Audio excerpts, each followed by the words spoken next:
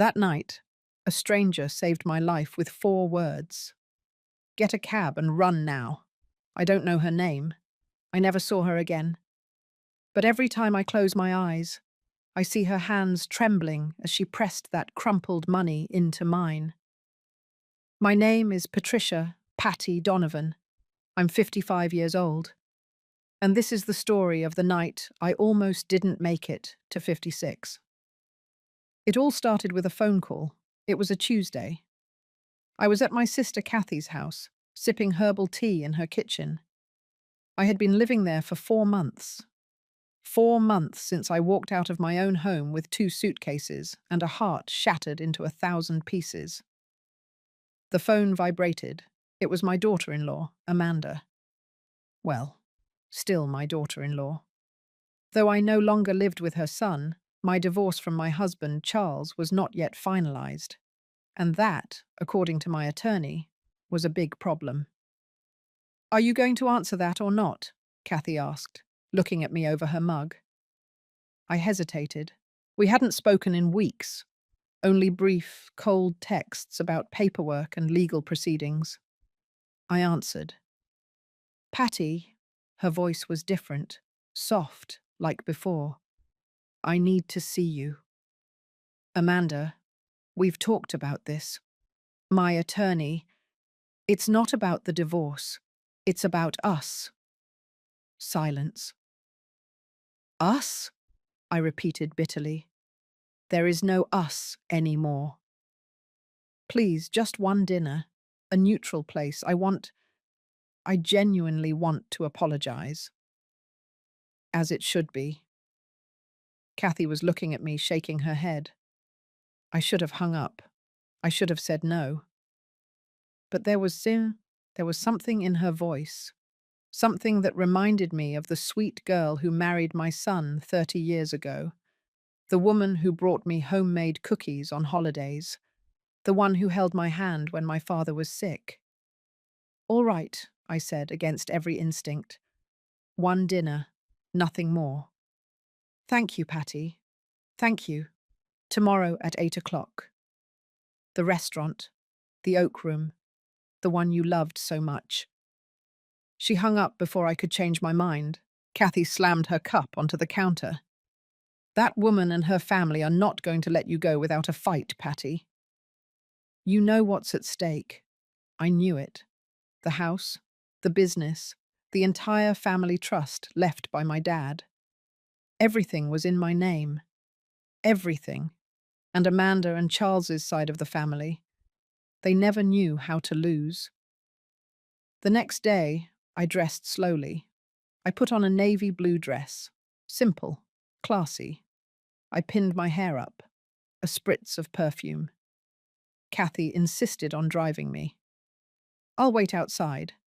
If it's more than 1 hour, I'm coming in to get you. I smiled. My sister was always my guardian angel.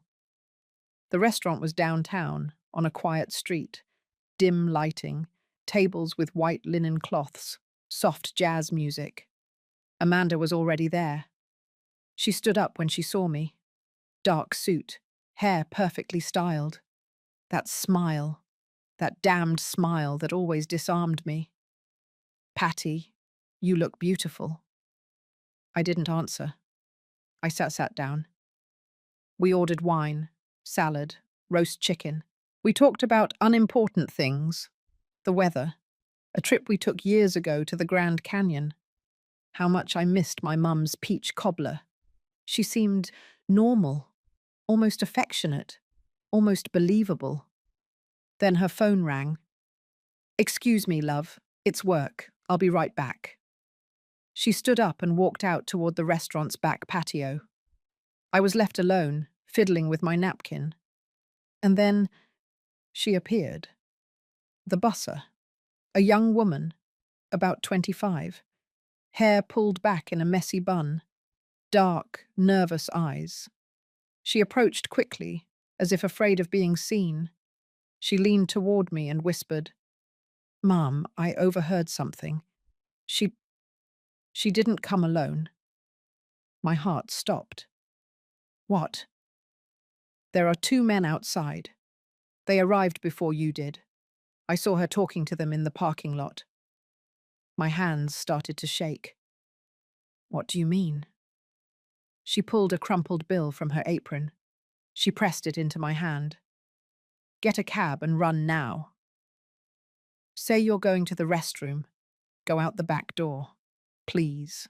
Why are you helping me? I whispered. Her eyes filled with tears. Because I also had a husband who smiled at me, right before he hurt me. I stood up. My legs were shaking. I grabbed my purse. I'm going to the restroom, I said loudly enough for anyone to hear. I walked slowly. I crossed the dining room. I passed the restroom. And I went out. I went out the back door, into the dark alley. I called a cab.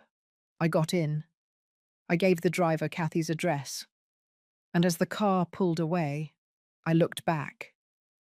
I saw Amanda returning to the table. I saw her look around. I saw her face change from surprise to fury. 2 hours later, my phone exploded with notifications. Kathy turned on the television, and there it was. Violent assault at downtown restaurant. 2 injured, terrified patrons. The restaurant was the Oak Room. Kathy looked at me, pale. My God, Patty, what happened in there? I couldn't speak. I could only think of one thing. The bus's words, get a cab and run now. What would have happened if I had stayed? Sometimes we trust too much in those we shouldn't. Have you also been disappointed by someone you loved? Tell me your story in the comments. I want to read them. I didn't sleep that night. I sat on Kathy's sofa, wrapped in a blanket, watching the news over and over. The same images, the same words, violent assault, 2 shot, chaos at downtown restaurant. Amanda called me 17 times. I didn't answer any. At 3 in the morning, she left a voicemail. Her voice sounded broken, desperate. Patty. Oh my God, Patty. Where are you? Are you okay? Something terrible happened here. I need to know you're safe. Please call me. I deleted the message. Kathy came into the living room with 2 mugs of tea. Are you going to tell me what really happened? She asked, sitting down next to me. So I told her. Everything. Amanda's call, the restaurant, the busser, the words she whispered to me, the crumpled money, the escape out the back door. Kathy listened in silence. When I finished, she squeezed my hand. That girl saved your life, Patty. But from what? I whispered. Was the assault a coincidence, or was it Amanda? I couldn't finish the sentence, because the mere idea that my daughter-in-law, the woman I had welcomed into my life 30 years ago, could have wanted to harm me, was too much. Kathy sighed. Patty, listen to me closely. That family is about to lose everything.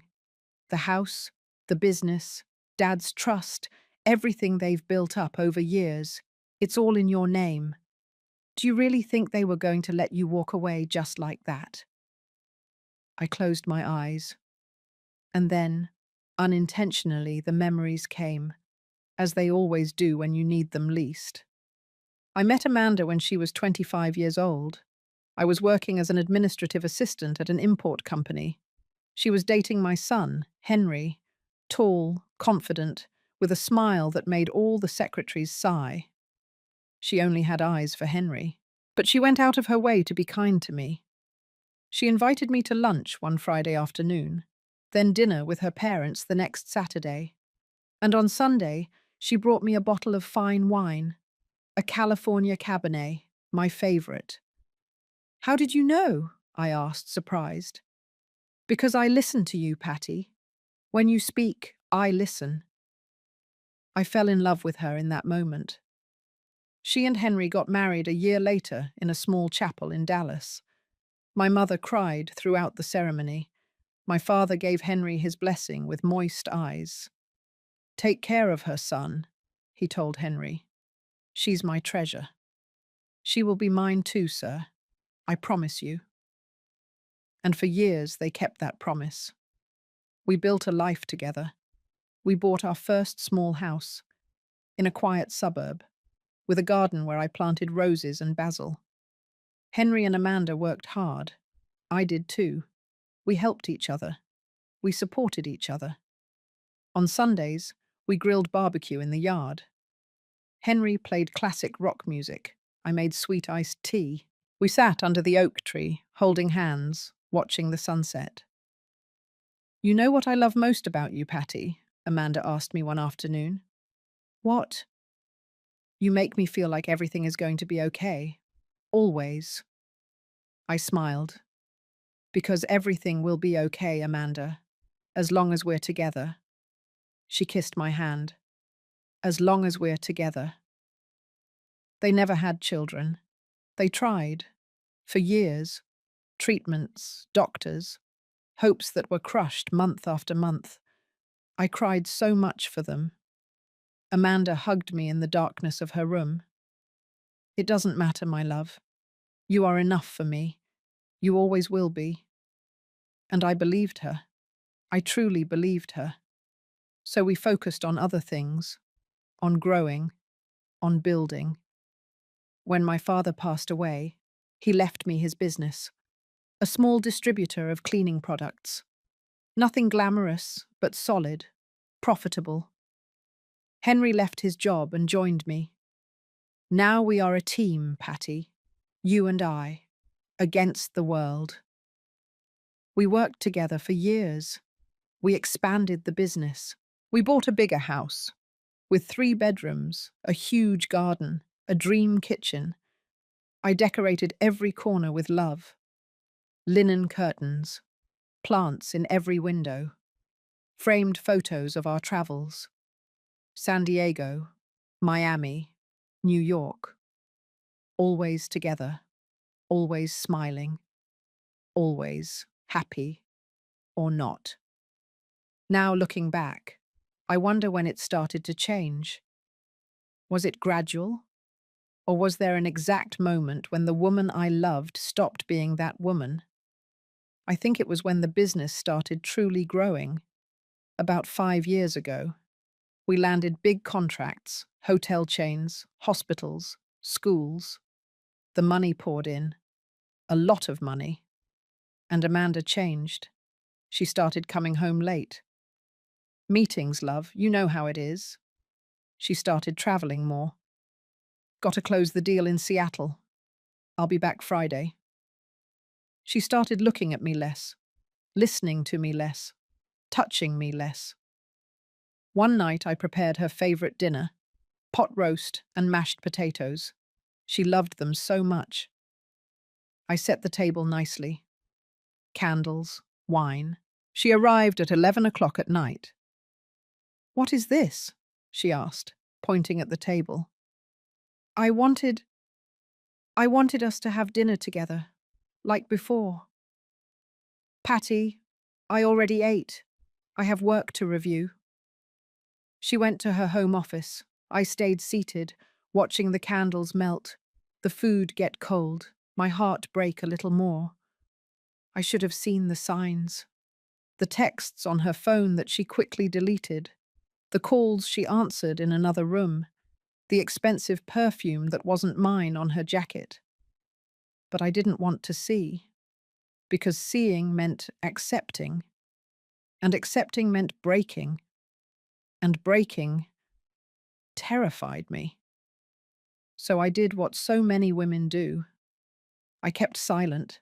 I made myself small. I convinced myself that everything was fine, that she was just stressed, that the love would return. But love doesn't return when it leaves by decision. It only returns when it never truly left. Kathy gently shook my shoulder. Patty, Patty, come back. I blinked. I was crying.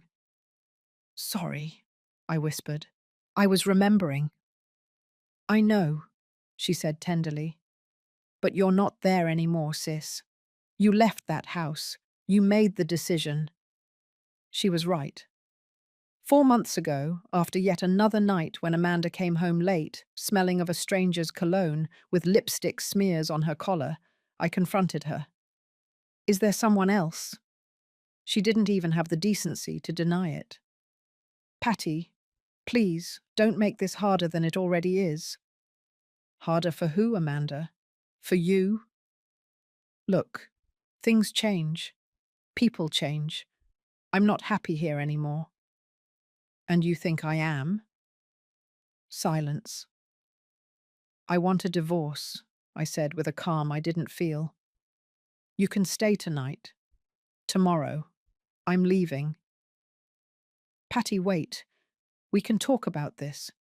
You don't have to go. Yes, I do have to go. Because if I stay one more day in this house, watching you lie to my face, I'm going to forget who I am. That night I packed my bags. The next morning Kathy came for me. Amanda was gone. She left a note on the counter. Patty, I'm sorry, truly. 5 words. 30 years. 5 words. But what Amanda didn't know, what she didn't expect, was that everything was in my name. The house, the business, the accounts, the properties. My father, bless his soul, never fully trusted the family. Sweetie, he told me before he died, everything is in your name. Only your name. Promise me you'll never sign anything without reading it carefully. Promise me. I promise, Dad. I kept that promise. And now Amanda was about to lose everything. That's why she called. That's why she asked for that dinner. That's why she smiled and talked about the Grand Canyon and my mum's peach cobbler, because she needed me to sign, for me to give in, for me to disappear. I looked at Kathy. Do you think she planned something that night? Kathy didn't answer immediately. Then, in a serious voice, she said, I don't know, Patty, but this is what I do know. That busser saved you, and the universe doesn't put angels in your path for no reason. She was right. That girl, that stranger who had no reason to risk herself for me, saved me. And I didn't even know her name. As I tell all this, I wonder where you might be listening to me. Type the name of your city in the comments. The following days were strange. Amanda stopped calling. That bothered me more than all the previous calls and texts, because Amanda's silence was never good. It meant she was thinking, planning, calculating her next move. My attorney, Mr. Richard Ochoa, summoned me to his office that Monday morning. Patty, we need to talk, he said, with that serious tone that never announces good news. I sat down across from his desk. Kathy came with me. She always came with me. Mr. Ochoa opened a folder. Amanda filed a countersuit. What does that mean? I asked, though I already knew. It means she's not going to sign the divorce quietly. She's asking for half of everything, the house, the business, the accounts.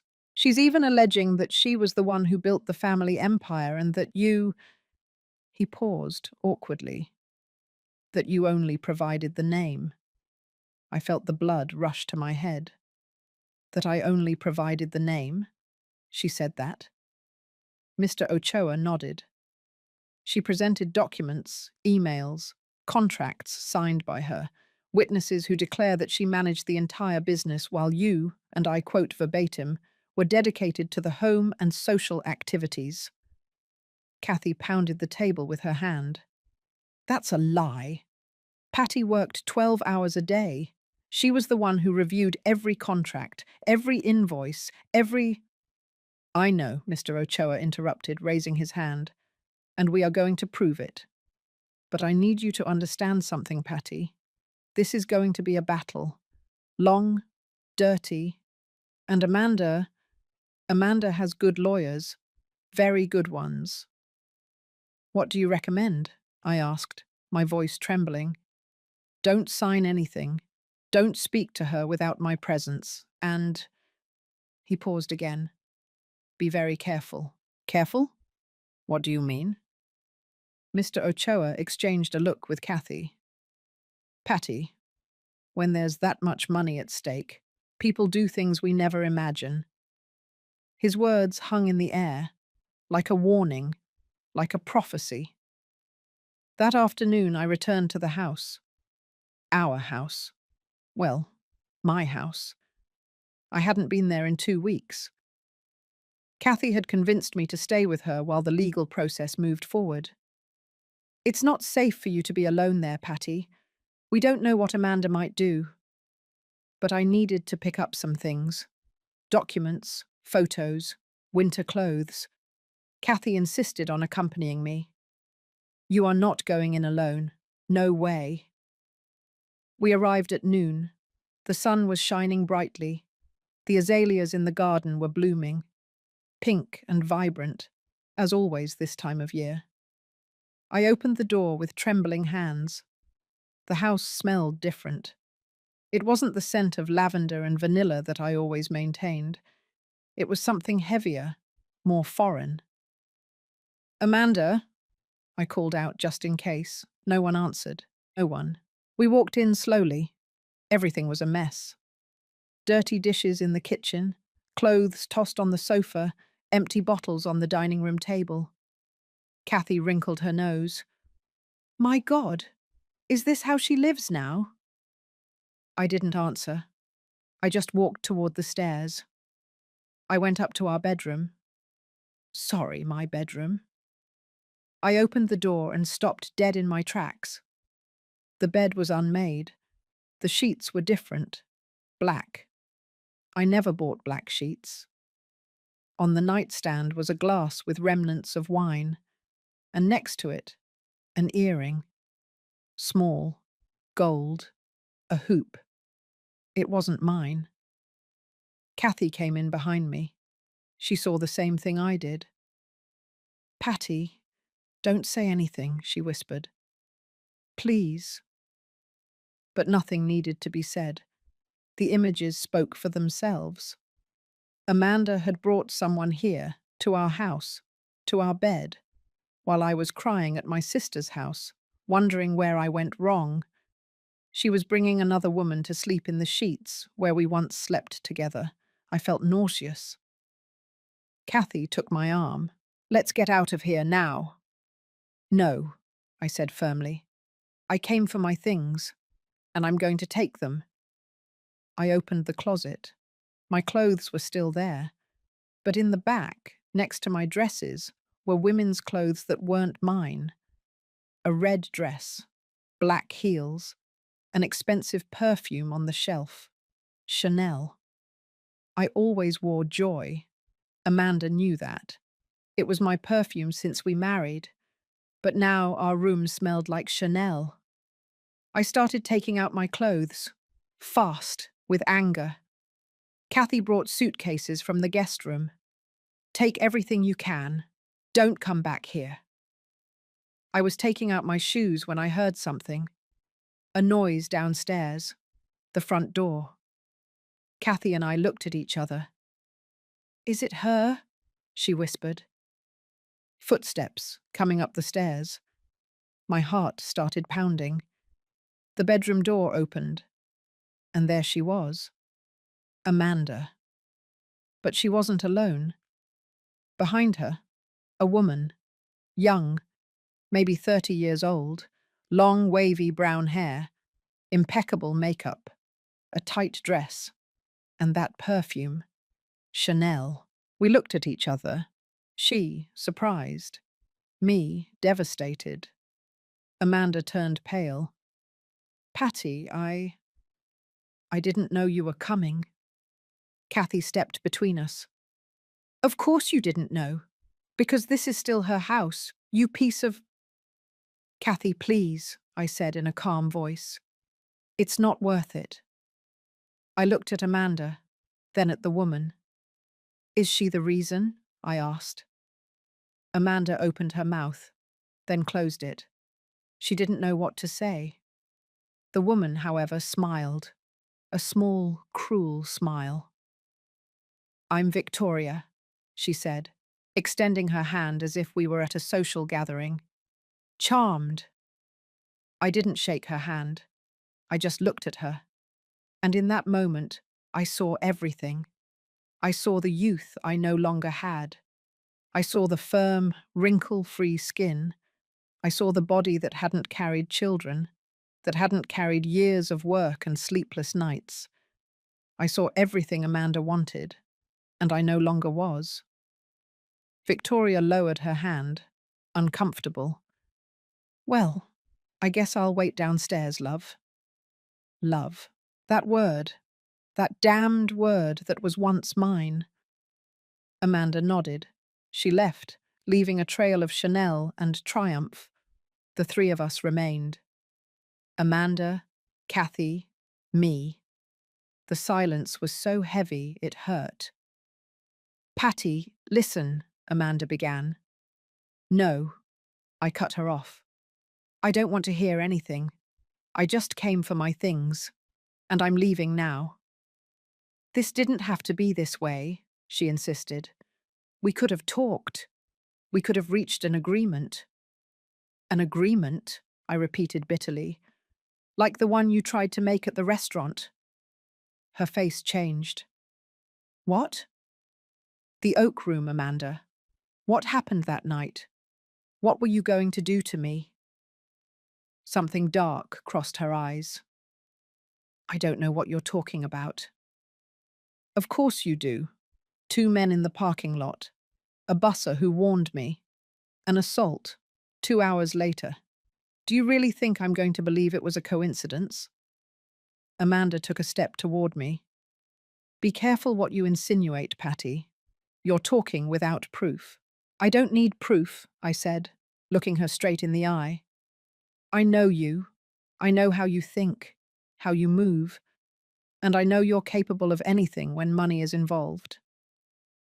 "I would never hurt you," she said in a low, dangerous voice. "Never." "You already hurt me, Amanda. Every day for the last 5 years. Every lie. Every deception. Every night you came home smelling of someone else." She clenched her jaw. "If you're going to leave, then go.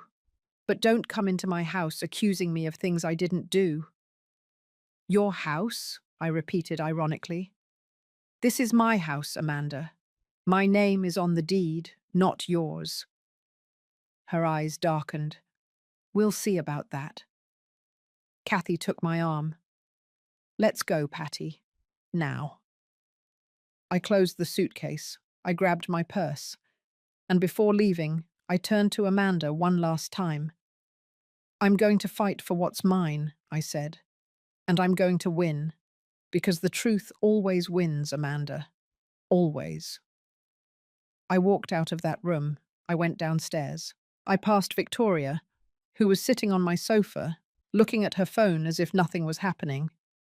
I left that house. I got into Kathy's car. And as we drove away, I looked in the rearview mirror. Amanda was in the doorway, watching us leave. With that look I knew so well. The look of a woman who had just declared war. That night, Kathy made me chamomile tea. "Are you okay?" "No," I replied honestly. "But I will be." "What are you going to do?" "What I have to do. Gather evidence. Fight. Win." Kathy smiled. "That's my sister." But inside, a part of me was trembling. Because I had seen something in Amanda's eyes. Something I had never seen before. It wasn't love. It wasn't even hatred. It was coldness, calculation, determination. And that scared me more than any threat. Because the Amanda I knew, the one who brought me Cabernet and hugged me in the rain, that woman no longer existed. And the woman who had taken her place had no limits. The weeks that followed were the darkest of my life.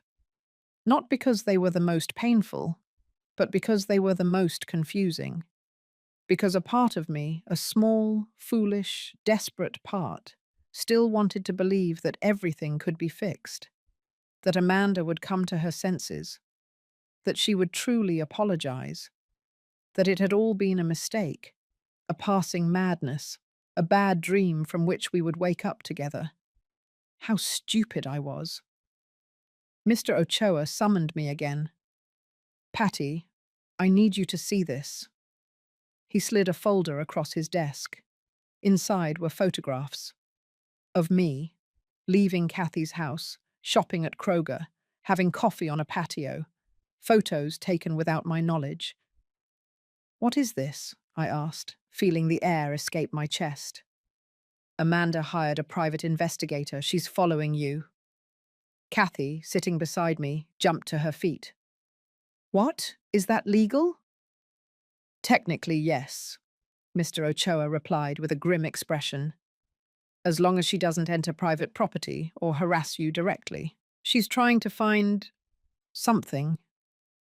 "Something like what?" I asked. "Anything she can use against you. A new relationship, excessive spending, inappropriate behavior. Anything to justify her narrative that you don't deserve to keep everything." I felt the walls closing in on me. "But I haven't done anything. I'm just living my life." "I know. And that's exactly what you have to keep doing. But carefully, very carefully." I looked at the photographs again. In one, I was smiling, talking to the man who sells flowers on the corner. In another, I was hugging Kathy outside a restaurant. Innocent images, everyday moments. But in the hands of a good lawyer, anything could be twisted. Anything could become a weapon. That night, Amanda called me. I hesitated. I looked at Kathy. "Don't answer," she warned me. But something in me, something weak, something that still loved her, answered. "Patty?" "What do you want, Amanda?" Her voice sounded different, soft, vulnerable. "I need to see you. Please. I have nothing to talk about with you. Please, Patty. Just, just 5 minutes. I beg you." Silence. "What for?" "To tell you the truth. To explain. To apologize properly." There it was again. That promise. That apology that never arrived. "Amanda, I know I messed up. I know it. But Victoria, she means nothing. It was a mistake. A moment of weakness. You are my mother-in-law, Patty. My whole life." The words I had waited so long to hear. But now they sounded hollow, false, like a rehearsed script. "If you were truly sorry, you wouldn't be following me with an investigator," I said firmly. Silence on the other end. Long, uncomfortable. "How?" "I know everything, Amanda. The photos, the countersuit, the false witnesses. I know exactly what you are doing." Her tone changed, from vulnerable to cold in a second. "Then you know this is going to be long and painful for both of us." "You don't scare me." "You should," she said, and hung up. My hands were shaking. Kathy took the phone from me. "Don't ever answer her again. Never. Do you hear me?" I nodded. But inside something had broken a little more. Despite everything, I kept going. I went back to the business. Our, sorry, my distributorship. I hadn't stepped foot in those offices for months. Amanda had been running everything while I took refuge at Kathy's house. But it was time to take back control. I arrived early one Monday morning. The receptionist, Sandy, greeted me with surprise. "Mrs. Donovan, we didn't know you were coming in today." "It's my company, Sandy. I don't need to give notice." Sandy offered an uncomfortable smile. Of course, Mom.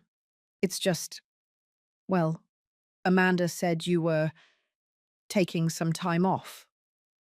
Taking some time off, I repeated. Yes, she said you were having some health issues and that she would handle everything until you recovered. I felt my blood boil. Health issues, as if I were crazy, as if I couldn't handle my own affairs. I'm perfectly fine, Sandy. Where is Amanda? In her office, Ma'am. I walked down the hall. Employees looked at me with a mixture of surprise and pity. What had Amanda told them? I reached the office. Our office. The one we shared since Dad left me the business. I opened the door without knocking. Amanda was sitting behind the desk, talking on the phone. When she saw me, she turned pale. I'll call you back later, she said quickly and hung up. We stared at each other. Patty. What? What's the surprise? Surprise, I repeated. In my own company? Our company, she corrected. My company, I said, approaching the desk. The one I inherited from my father. The one that is in my name. You know we built it together. Yes. And you know you're destroying it with your lies. She stood up. I don't know what you're talking about. Health issues, Amanda. Is that what you told the employees? That I'm crazy? That I can't work? I never said you were crazy. I just said you needed rest. And it's true. Look at you. You're drawn. You have dark circles. This is consuming you. What's consuming me is you. She took a step toward me. Patty, please. Let's set pride aside. Let's sit down. Let's talk like adults. This doesn't have to end in war. And there it was. That voice. That damned, soft, reasonable voice that had convinced me for years that I was overreacting. That I was the dramatic one. That I was the problem. Talk like adults, I repeated. Like when you planned whatever it was you were going to do at that restaurant. Her face hardened. I already told you. I didn't plan anything. Then why were there two men waiting for you in the parking lot? Why did the busser warn me? Why? Because you're paranoid, she exploded. All this has made you crazy, Patty. You see conspiracies where there are none. That busser probably wanted a tip, or was confused, or who knows what. But I would never hurt you. I stood silent, staring at her. And for the first time, I truly saw. I saw the act. I saw the manipulation. I saw how she looked at me, not with love, but with pity, as if I were an idiot, a fool who could be convinced with pretty words and empty promises.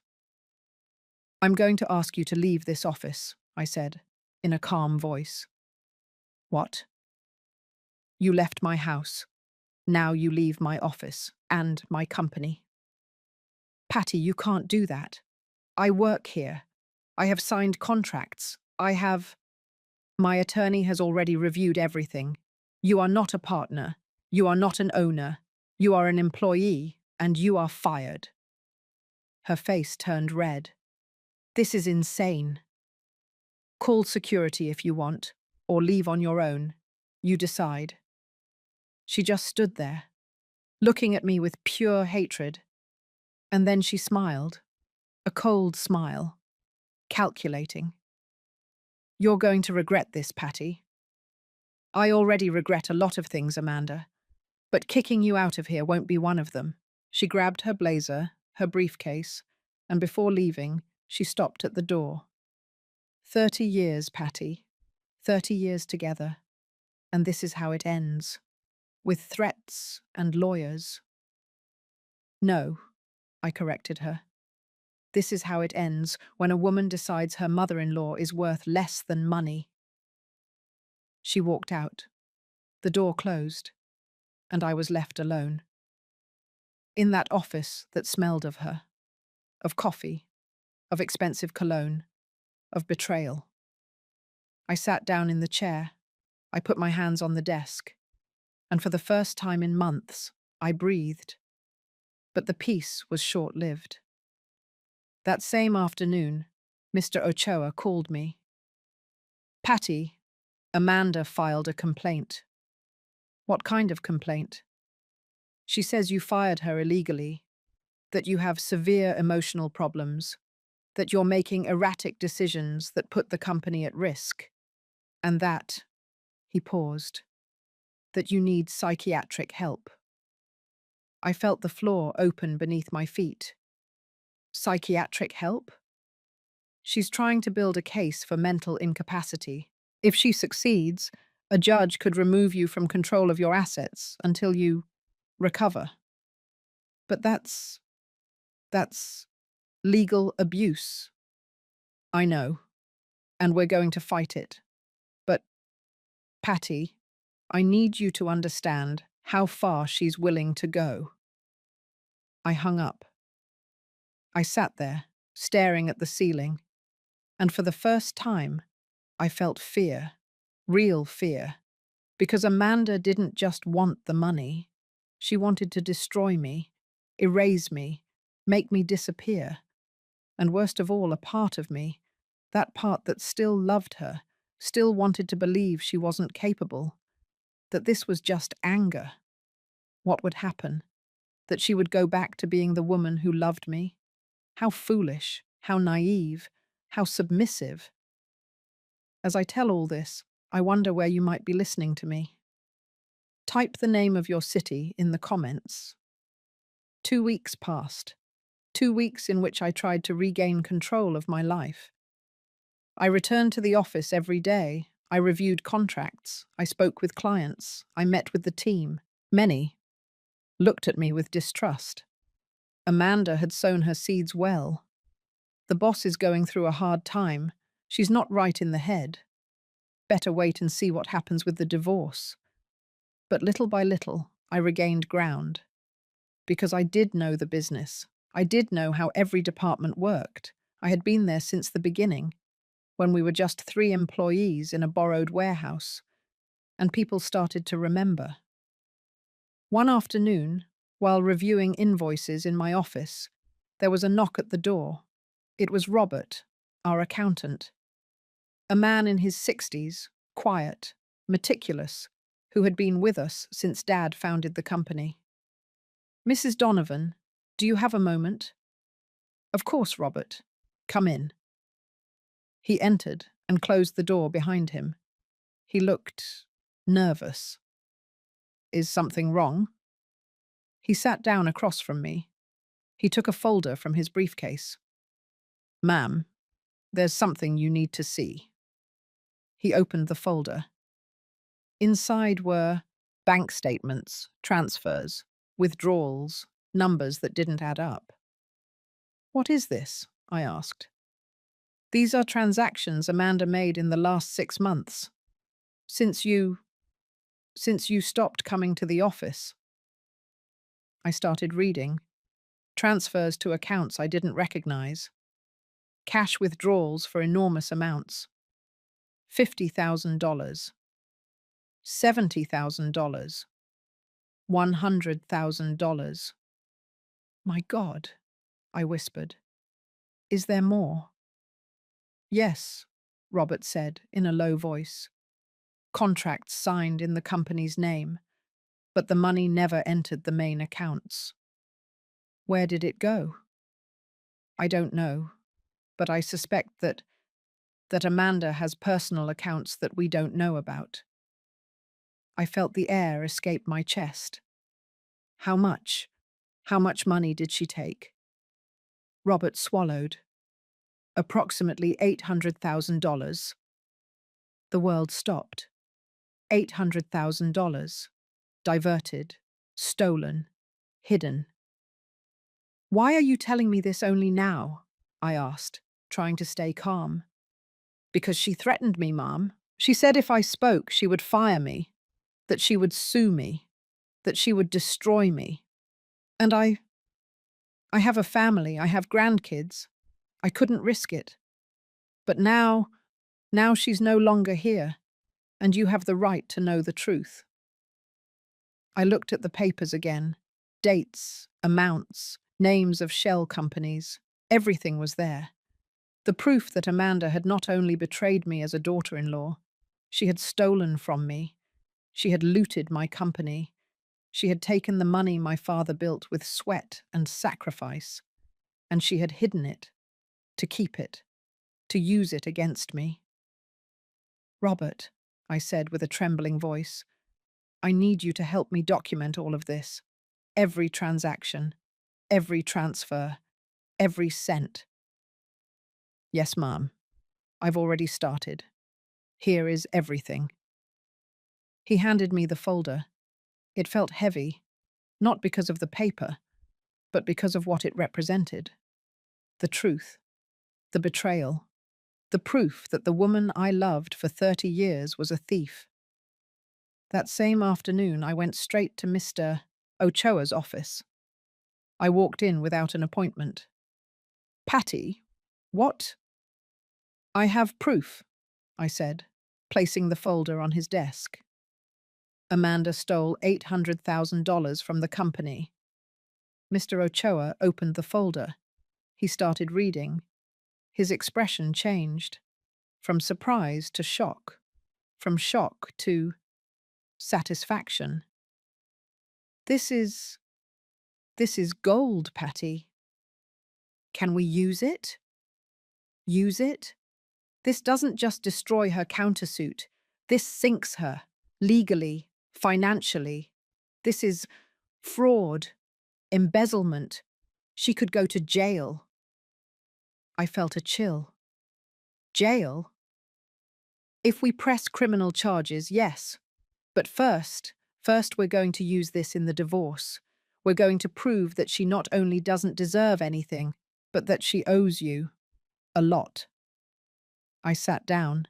My legs were trembling. What do I do now? Nothing. Don't tell Amanda anything. Don't give her any hint that we know. Leave it to me. I'll prepare everything. And when we're ready, we're going to hit her with this when she least expects it. I nodded. But inside I felt something strange. It wasn't joy. It wasn't revenge. It was sadness. Deep sadness. Because those numbers, those transfers, those lies were the final proof that the woman I loved never existed. I couldn't sleep that night. I stayed seated in Kathy's living room, watching the city lights through the window. My sister sat down next to me. Want to talk? I don't know what to say. Tell me what you feel. I closed my eyes. I feel like I wasted my life. Don't say that. 30 years, Kathy. 30 years believing we were building something together, that we were a team. And all this time she was just waiting for the moment to betray me. You didn't waste anything. You loved. You trusted. You built. That wasn't a waste. It was courage. I don't feel brave. But you are. Because despite everything, you're still standing. I sighed. You know what the worst part is? What? That a part of me still misses her. Still misses the person I thought she was. Still misses the Sundays in the garden. The coffee in the morning. The way she hugged me when it rained. Kathy took my hand. You don't miss her, Patty. You miss what you built, what you gave, because that person was never real. She was right, but it hurt just the same. 2 days later, I received a text message from an unknown number. Mrs. Donovan, this is Victoria. I need to talk to you. It's important. I stared at the screen. Victoria? Amanda's lover? What did she want from me? I showed the text to Kathy. Don't respond. It's a trap. What if it isn't? What if it is, Patty? That woman is with her. Why would she contact you? I don't know, but I want to know what she has to say. Are you crazy? Probably. I replied to the message. What do you want? The answer arrived in seconds. To meet. In person. There are things you need to know about Amanda. Things that scare me. Scare? That word stopped me. When? Tomorrow. Coffee shop on the corner. 2 in the afternoon. Please, come alone. Kathy was looking at me, shaking her head. You're not going. Yes, I am going. Patty. Kathy, if that woman knows something, if she has information that can help me, I have to listen to her. What if it's a trap? Then I'll leave. But at least I tried. My sister sighed. All right, but I'm going with you. I'll wait outside in the car. Anything happens, call me. I accepted. The next day, I arrived at the coffee shop 15 minutes early. I sat down at a table by the window. I ordered a latte I had no intention of drinking, and I waited. At 2 o'clock precisely, she arrived. Victoria. But she looked different. No makeup, hair loose, undressed, dark glasses that she didn't take off upon entering. She sat down across from me. We looked at each other in silence. Thank you for coming, she said, in a low voice. What do you want, Victoria? She looked around, nervous. Then slowly she took off her glasses, and I saw a bruise, dark, purple, around her left eye. I felt my stomach churn. My God. It was Amanda, she said, her voice breaking. Last night. Why? Because I told her I wanted to end it, that this had gotten out of control, that I didn't want to be part of this anymore. Part of what? Victoria pulled out her phone. She slid something across the table. A photograph. Of a document. A contract. I read it, and the world stopped. It was a life insurance policy. In my name. For $2 million. And the beneficiary was Amanda. What is this? I whispered. It's what I found on her computer 3 days ago. Patty, she has a plan. And you are in danger. My hands started trembling. What kind of plan? Victoria leaned toward me, and in a trembling voice she said, That night at the restaurant, it wasn't an assault, ma'am. It was an attempt. She hired those men. They were going to make it look like a robbery gone wrong. And you were going to die. My latte fell from my hands. The liquid spilled over the table. But I didn't move. I couldn't move. I couldn't breathe. How do you know that? Because I was there, in the parking lot. I saw her talking to them. I heard her. And when the busser helped you leave, when the plan failed, she went crazy. She smashed everything in the house. She screamed that you ruined her, that she would have to find another way. Another way? Victoria nodded, with tears in her eyes. That's why I came. Because I thought this was just an affair. Easy money. A rich woman who would give me the life I wanted. But she's a monster, Mom. And I won't be an accomplice to murder. I sat there, looking at her, looking at the bruise on her face, looking at the insurance contract on the table. And I understood. I understood everything. The restaurant, the dinner, the smile. It wasn't reconciliation. It was an execution. And I almost fell for it. I almost stayed. I almost died. I still wonder if I did the right thing. What about you? What would you have done in my place? I don't remember how I left that coffee shop. I don't remember if I paid for the latte. I don't remember if I said goodbye to Victoria. I only remember walking toward the car where Kathy was waiting for me, opening the door, sitting down, and breaking down. I cried like I hadn't cried in years. I cried for the woman I was, for the naive woman who believed in promises, for the woman who woke up every morning thinking her daughter-in-law loved her, when in reality, she was just waiting for the perfect moment to kill her. Kathy hugged me without asking, because sisters always know. When I finally could speak, I told her everything. The insurance contract, Victoria's confession, the plan, the damned plan. Kathy went pale. We have to go to the police, now. No, I said, wiping away my tears. First we go to Mr. Ochoa. We need to do this right.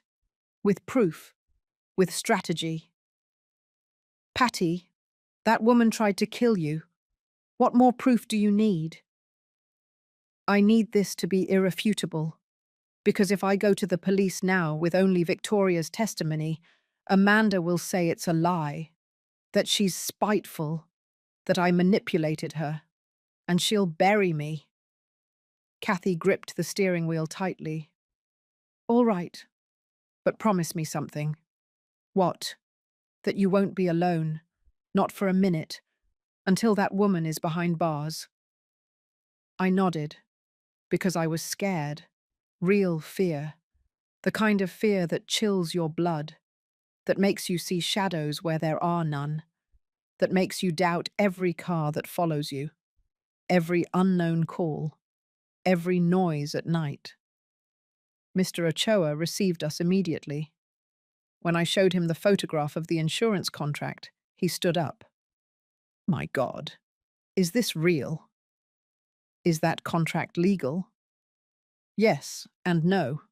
It's real in the sense that it exists, but it's illegal because she can't be the beneficiary of a policy in your name without your consent, much less without your knowledge. So what do we do? Mr. Ochoa walked to the window. He stood there, thinking. We need Victoria. We need her to testify. Officially. Will she want to? If she's scared of Amanda? Yes, because the best protection she can have is for Amanda to be locked up. What if Amanda threatens her? If she hurts her? That's why we're going to move fast. I'm going to contact a prosecutor I know. We're going to ask for an immediate restraining order against Amanda. And we're going to file criminal charges for fraud, embezzlement, and... He paused. Attempted murder. Those words, attempted murder, referring to my daughter-in-law, the woman I had loved for 30 years, the one who knew every corner of my house, the one who promised to be family until death. Until my death. That night, Kathy insisted I stay in her room. You're not sleeping alone. Kathy, I'm fine. No, you're not fine, and I won't leave you alone for a second. We lay down in her bed, like when we were children, when we were scared of the storm, or the darkness, or the monsters under the bed. I never imagined that the real monster would be the woman who put a ring on my son's finger. Patty? Kathy whispered in the dark. Yes. How did you not see it? How did you not see she was capable of this? I closed my eyes. Because I didn't want to see. Because when you love someone, you believe what they tell you. You believe in their promises. You believe that the good person you saw at the beginning is still there, just hidden, waiting to return. But she never returned. No, because she never left. Because that good person never existed. It was just a mask. And when she no longer needed it, she took it off. Kathy took my hand in the dark. You're going to get through this. I promise you. How do you know? Because you're the strongest woman I know, and because Dad didn't leave you everything for some lowlife to take it away from you. I smiled in the dark. Dad, if he were alive, if he could see me now, what would he say? Probably, I told you so, sweetie. I told you that woman wasn't trustworthy. And he would be right. He was always right. The next morning, Victoria came to Mr. Ochoa's office. She arrived wearing dark glasses, a baseball cap, as if she wanted to hide from the world. We sat in the conference room. Mr. Ochoa recorded the entire conversation. Victoria, I need you to tell me everything, from the beginning. She took a deep breath and began. I met Amanda 8 months ago, at a bar in downtown. She was alone, drinking whiskey. She approached me. She bought me a drink. Did she tell you she was married? Not at first, but I suspected it. She never invited me to her house. We always met in hotels. She always paid in cash. When did she confirm it? About a month in. She said she was going through a divorce, that her mother-in-law was a difficult woman, bitter, that she was taking everything from her, that she needed support. Support. Emotional and physical. She paused. It was nice at first. She took me to expensive restaurants. She bought me clothes, jewelry. She made me feel special. When did she change? About 3 months ago. She started talking more about you, Mrs. Donovan, about how much money you had, about the company, about the trust. She said you didn't deserve anything, that she had built everything, that you were just a kept woman. That word, kept woman, coming from my daughter-in-law, the woman who knew every sacrifice I made, every sleepless night reviewing contracts, every weekend working when everyone else was resting. Kathy squeezed my hand. Victoria continued. One day, about 6 weeks ago, she came to my apartment very agitated, drunk, furious. She said you weren't going to sign the divorce, that you were being difficult, that she needed a solution. What kind of solution? Victoria looked down. At first I thought she was talking about lawyers, about legal pressure. But then she started talking about insurance, about money, about how much easier everything would be if you were no longer around. Mr. Ochoa leaned forward. Did she explicitly say she wanted to kill Patty? Not with those words, but yes, she said. If something happened to her, everything would be mine, and we would be free. What did you say? Nothing. I kept silent. Why? Because I couldn't believe what I was hearing. I thought it was the alcohol, that she was angry, that it would pass. But it didn't pass? No. 2 weeks later, she showed me the insurance contract. She said she had done it without your knowledge, that if anything happened to you, she would receive $2 million, and that with me, we could start a new life, in another country, without problems. And the night of the restaurant? Victoria closed her eyes. That night she called me before leaving. She was nervous, excited. She said she had found the perfect way, that she had hired 2 men, that they were going to fake a robbery, that in the middle of the chaos you were going to get shot. Accidental. Tragic. My stomach turned over. Were you in agreement? No, Victoria exclaimed with tears in her eyes. I told her she was crazy, that she couldn't do that, that it was murder. But she told me it was already paid for, that there was no turning back, and that if I said anything, the same thing would happen to me. Is that why you didn't speak sooner? Yes, I was scared. But when the busser helped you leave, when the plan failed, Amanda went crazy. She destroyed my apartment. She hit me. She told me I was useless, that I was good for nothing, and that she would find another way to get rid of you. Mr. Ochoa stopped the recording. Victoria, are you willing to declare all this before a prosecutor? She nodded. Yes, because I'm scared. And because? Because what she tried to do is wrong, very wrong, and I don't want to be a part of it. Mr. Ochoa looked over at me. Patty, with this testimony, we can sink Amanda. Legally, criminally. She will go to prison. I nodded, but I didn't feel victory, only emptiness. Because the woman sitting across from me, the woman my daughter-in-law chose over me, was also a victim. She had also been used. She had also believed in promises that were never real. Victoria, I said softly, thank you for coming, for speaking, for saving my life. She looked at me, surprised. I didn't save you, Mom. The busser did. You are saving me now. And that counts too. Victoria started crying. I'm sorry, I'm so sorry. I didn't know she was like this. I didn't know.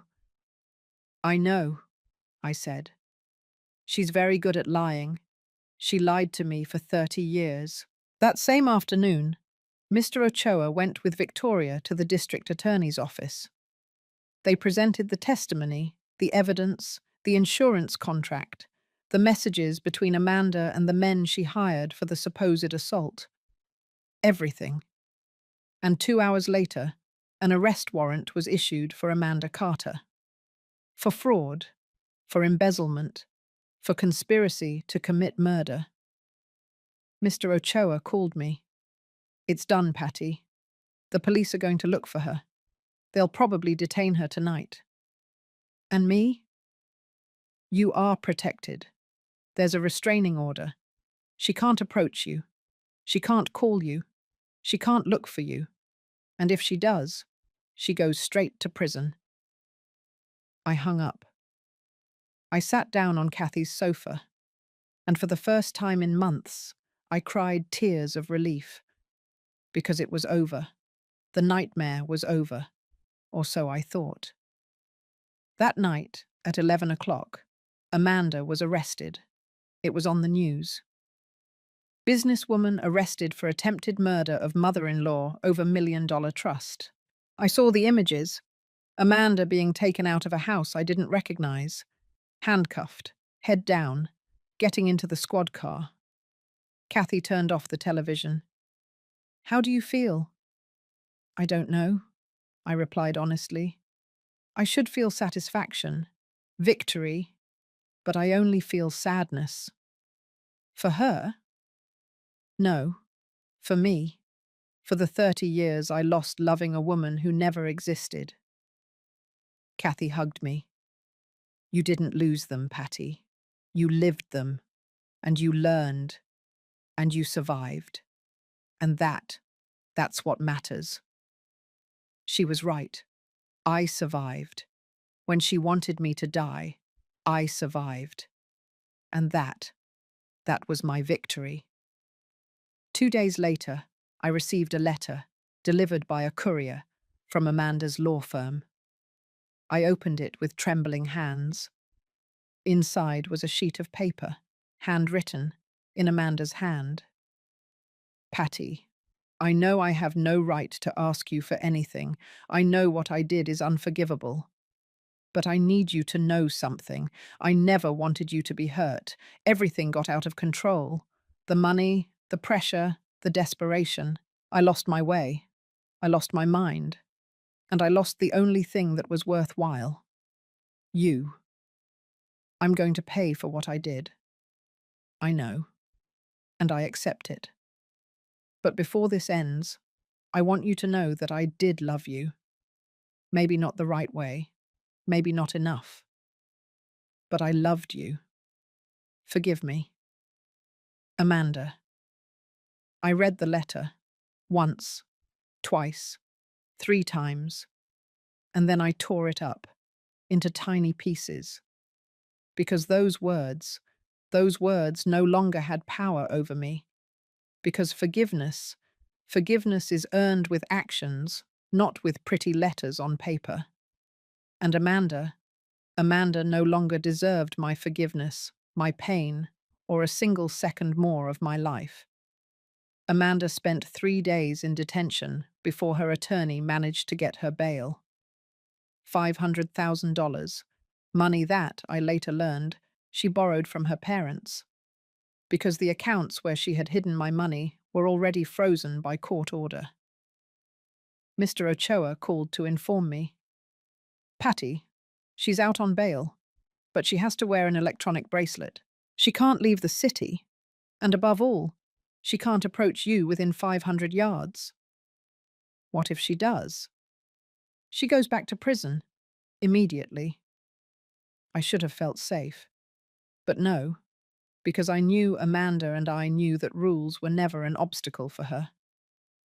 The following days were strange. I returned to my house. My house. The one that had been our home for 20 years. Kathy didn't want me to go alone. Stay with me a few more days, until everything calms down. No, Kathy. I've hidden enough. It's time to take back my life. I hired a locksmith. I changed all the locks. I hired a security company. They installed cameras, alarms, motion sensors. My house became a fortress. But inside I still felt vulnerable. One afternoon, while organizing papers in my home office, I found a box at the back of the closet. A box I hadn't seen in years. I opened it. Inside were photographs. Of us, of Amanda and me. Our son's wedding. Her in a black suit, me in a white dress, smiling as if the world were ours. Our first anniversary, in Miami. Hugging in front of the ocean. Our 10th. In New York. Eating pizza under a sycamore tree. Our 20th. At home. Her with a rose in her hand. Me in that blue dress she liked so much, image after image, moment after moment, lie after lie. Because now, looking at those photos, I no longer saw love. I saw acting. I saw calculation. I saw a person who knew exactly how to smile for the camera, while inside planning how to take everything. I closed the box. I took it to the backyard, and I burned it. I watched the photographs curl in the flames, the colors fade, our faces disappear. And I felt peace, because those images were of the past, and I no longer lived there. The trial was scheduled for 2 months later, but before that, there was a preliminary hearing. Mr. Ochoa explained that it was mandatory. It's just a formality, Patty, to establish the precautionary measures. You don't have to speak. Just be present. Will Amanda be there? Yes. I don't want to see her. I know.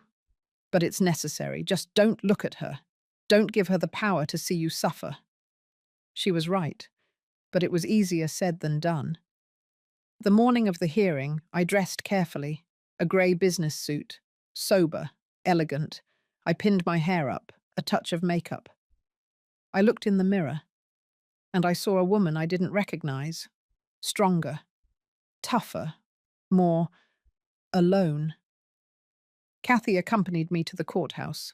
We entered through a side door, to avoid the press. Because yes, the press was there. Businesswoman accused of trying to murder mother-in-law for multi-million-dollar trust. The headlines were brutal. And I had become a spectacle. We entered the courtroom.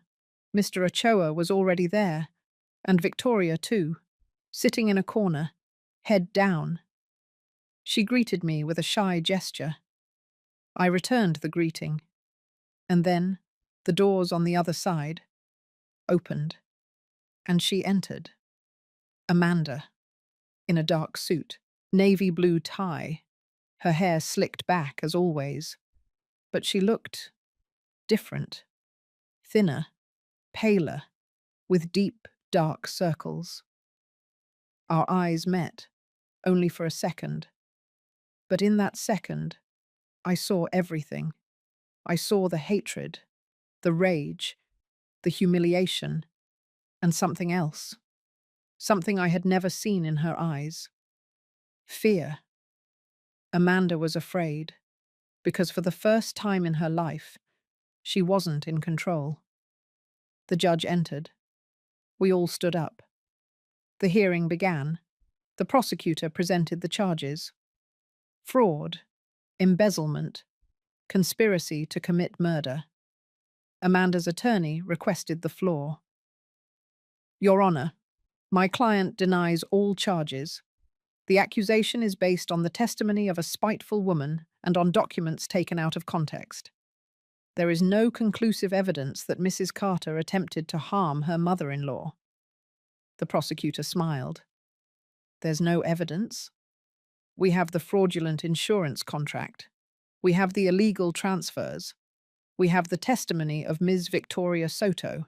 And we have, he paused dramatically, the two men Mrs. Carter hired for the alleged assault. Amanda's lawyer turned pale. What? We found them, Counselor, and they talked, in exchange for a reduction in their sentence. They testified that Amanda Carter paid them $50,000 to simulate a robbery at the Oak Room restaurant, and that, in the middle of the chaos, they were to shoot Mrs. Patricia Donovan, making it look like an accident. The silence in the room was absolute. Amanda was rigid in her chair, not moving, not breathing. The judge looked at her intently. Mrs. Carter, do you have anything to say? Amanda stood up. I didn't. But her voice broke, and for the first time, I saw her break. I didn't want things to go that far, she said with a trembling voice. Everything got out of control. The money, the pressure. I just wanted to get back what was mine. What was yours? The judge repeated severely. None of that was yours, Mrs. Carter. You stole, you lied, and you conspired to murder your mother-in-law. Sit down. Amanda collapsed into her chair. And I looked at her, truly looked at her, and I no longer saw the woman I loved. I saw a stranger, a criminal, someone who, for money, was willing to erase me from the world. The judge issued his orders. Bail was maintained, but with stricter restrictions. Amanda could not leave her residence except for meetings with her attorney. The electronic bracelet stayed on, and the restraining order against me was extended to 1,000 yards. The hearing is concluded, the judge said. The formal trial will be in 2 months.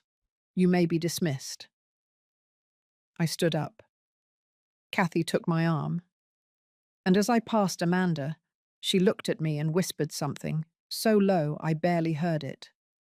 Forgive me. I stopped. I looked at her, and in a firm, serene voice, I said, no. And I kept walking. Because forgiveness wasn't for her. It was for me. And I had already forgiven myself. For trusting, for loving, for believing. Outside the courthouse, the press was waiting for us. Flashes, microphones, shouted questions. Mrs. Donovan, how do you feel after the hearing? Ma'am, is it true your daughter-in-law hired hitmen? Mrs. Donovan, are you afraid she'll try something? Mr. Ochoa raised his hand. No comment. Thank you. We pushed our way to the car. We got in. And as we drove away, I looked back. And I saw Amanda leaving the courthouse, handcuffed again. because the judge had revoked her bail. The new evidence was too conclusive. Amanda was returning to prison, and this time she wouldn't leave until the trial. That night, Kathy cooked dinner. "Eat something, Patty. You haven't had a bite all day." "I'm not hungry." "I don't care. Eat." I smiled. My sister was always bossy. I ate a little. Chicken and rice. Simple. Homemade. "How do you feel?" Kathy asked. "Strange." "Why?" "Because I thought that when all this ended, I would feel relief, happiness, victory. But I only feel empty." "It's normal, Patty. You spent 30 years with that woman. Even if it was a lie, for you it was real. And that hurts." "Yes, it hurts. But it will pass. And one day you'll wake up and it won't hurt anymore. And you'll realize you are free." "Free?" "Free from the lies, free from the fear, free to live for someone who didn't value you. That, sister, that's a gift." She was right, even if it didn't feel like a gift yet. 3 days later, I received a call from the director of the hospital where Dad spent his last days. "Mrs. Donovan, I'm calling because we found something among your father's belongings." "What thing?" "A letter, sealed, with your name on it, and a note that says, 'Deliver to Patty only if something bad happens to her.'" My heart stopped. "A letter?" "Yes. Would you like us to send it to you?" "No. I'm coming over." I went alone. Kathy wanted to accompany me, but I needed to do this by myself. I arrived at the hospital. The director received me in her office. She handed me a yellowed envelope, sealed with wax, in Dad's handwriting. "For Patty. Only if something bad happens." "Thank you," I whispered. I left the hospital.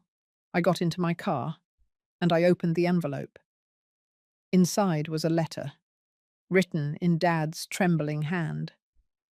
"My dear daughter, if you are reading this, it's because something has happened to you. Something I have feared for years.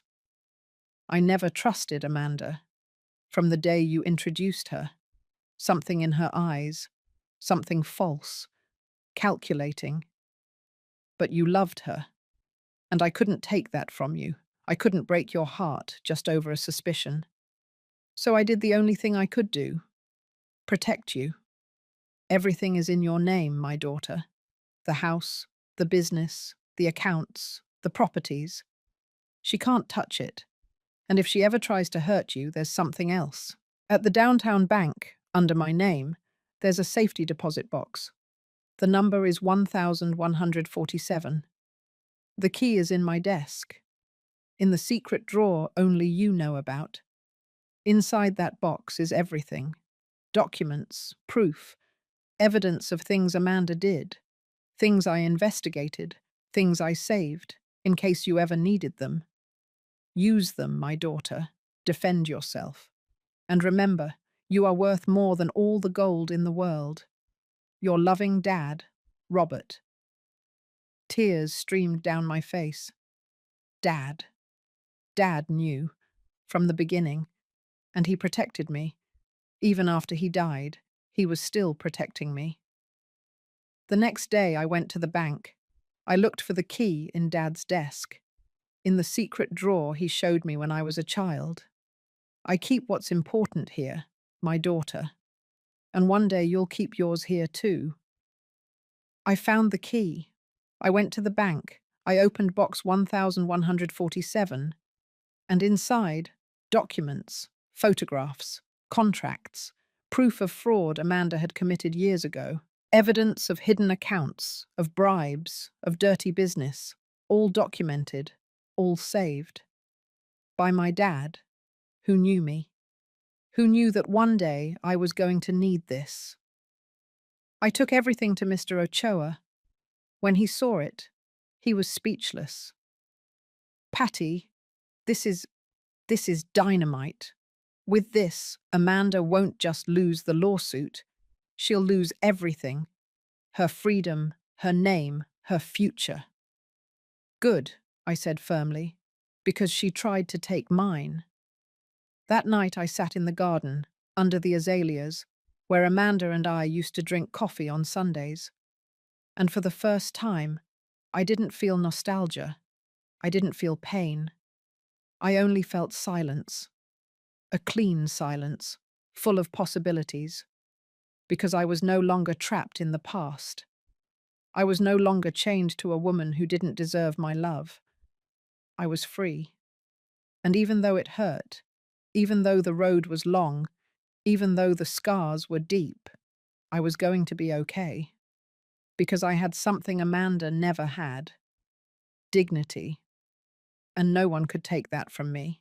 The weeks that followed were of a strange calm, like the silence after a storm. Amanda remained in prison, awaiting trial. I continued rebuilding my life, piece by piece, day by day.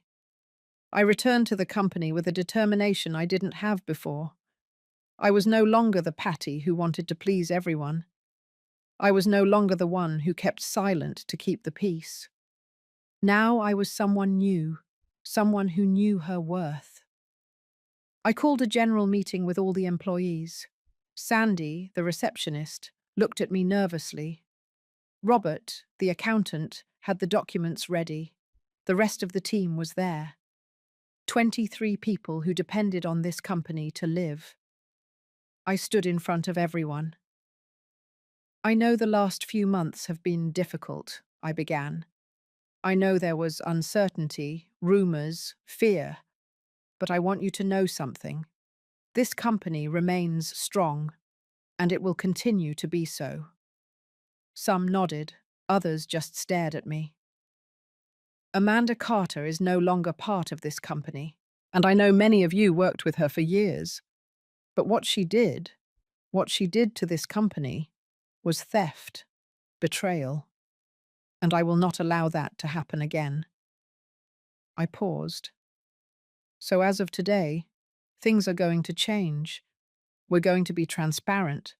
We're going to be honest. And we're going to work as a real team, not as employees of a boss, but as a family building something together. Robert raised his hand.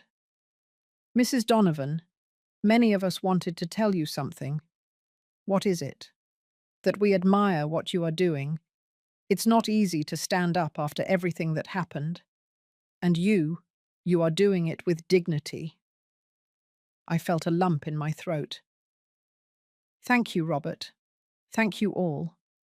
Now let's get to work. We have a company to save. And so we did. I hired an external auditor to review every financial transaction of the last 5 years. We recovered some of the money Amanda had diverted. Not all of it. Some expenses were already made. Some accounts closed. But we recovered enough to stabilize the company.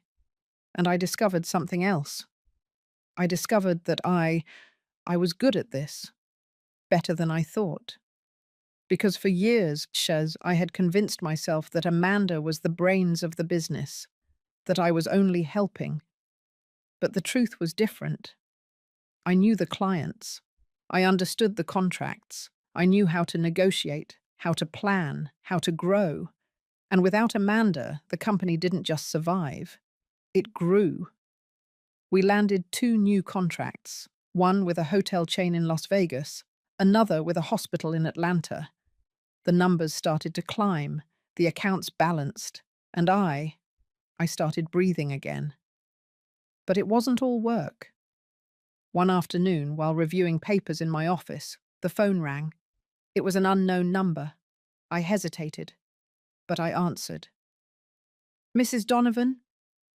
Yes, who is speaking? It's Monica, the busser, from the restaurant. My heart stopped. The busser, the girl who saved my life. My God, Monica, I wanted to look for you. I wanted to thank you, but I didn't know how. I know, Mum. That's why I'm calling you. I saw the news. I saw what happened with your daughter-in-law. And I wanted to know if you were okay. I'm fine, thanks to you. There was a silence. Can we meet? I asked. I need, I need to see you. I need to tell you in person what you did for me. All right. When? Tomorrow. Does the coffee shop where I met Victoria work for you? Perfect, at 3 o'clock. The next day, I arrived early. I ordered 2 coffees, and I waited. Monica arrived promptly. 28 years old, I learned later. Dark hair, big eyes, nervous hands. She sat down across from me. Hello, Mom. Patty. Just Patty. She smiled timidly. Hello, Patty. We looked at each other in silence, and then the words came out on their own. Thank you. Thank you for saving me. Thank you for risking yourself. Thank you for seeing something no one else saw. Monica looked down. I didn't do much. I heard something and...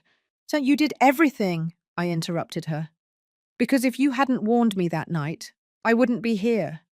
And you didn't know me. You had no reason to help me. But you did it anyway. I had a reason, she said softly. Because I went through something similar. What happened? My ex-boyfriend, 3 years ago. He hit me. He threatened me. He told me that if I left him, he would kill me. And I believed him. Because when someone tells you that every day, you start believing it. How did you get out? A neighbor, an elderly woman who lived next door. One day she saw me with a black eye, and she told me, Sweetie, if you don't leave today, tomorrow will be worse. She gave me money. She helped me pack, and she took me to my mum's house. And him? He tried to look for me, but my mum called the police.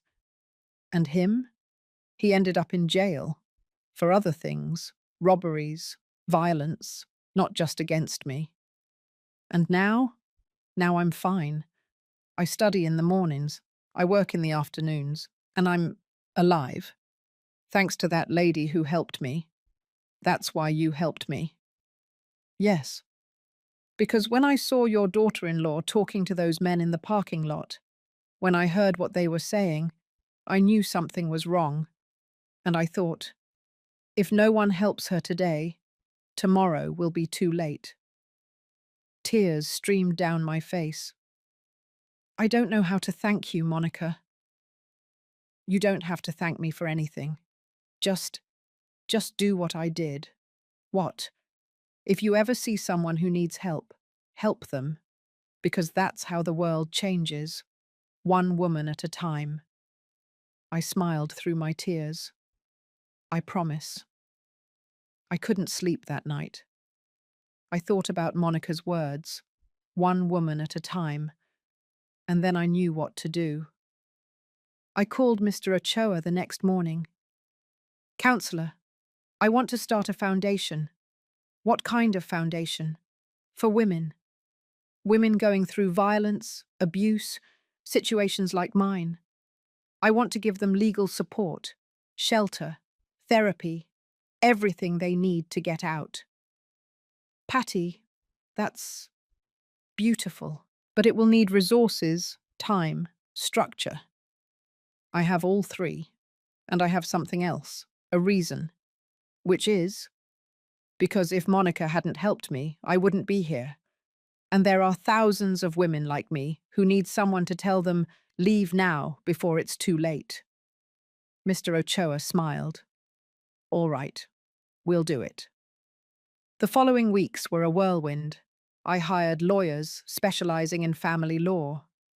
I rented a house that I converted into a temporary shelter. I hired psychologists, social workers, volunteers, and launched the foundation. I called it One Step Forward, because that's what we needed. One step. Just one. to get out of the darkness. On the day of the inauguration, journalists arrived, civil organizations, women who needed help. I gave a speech. My name is Patricia Donovan, and 4 months ago my daughter-in-law tried to kill me. The silence was absolute, not out of passion, not out of madness, but for money.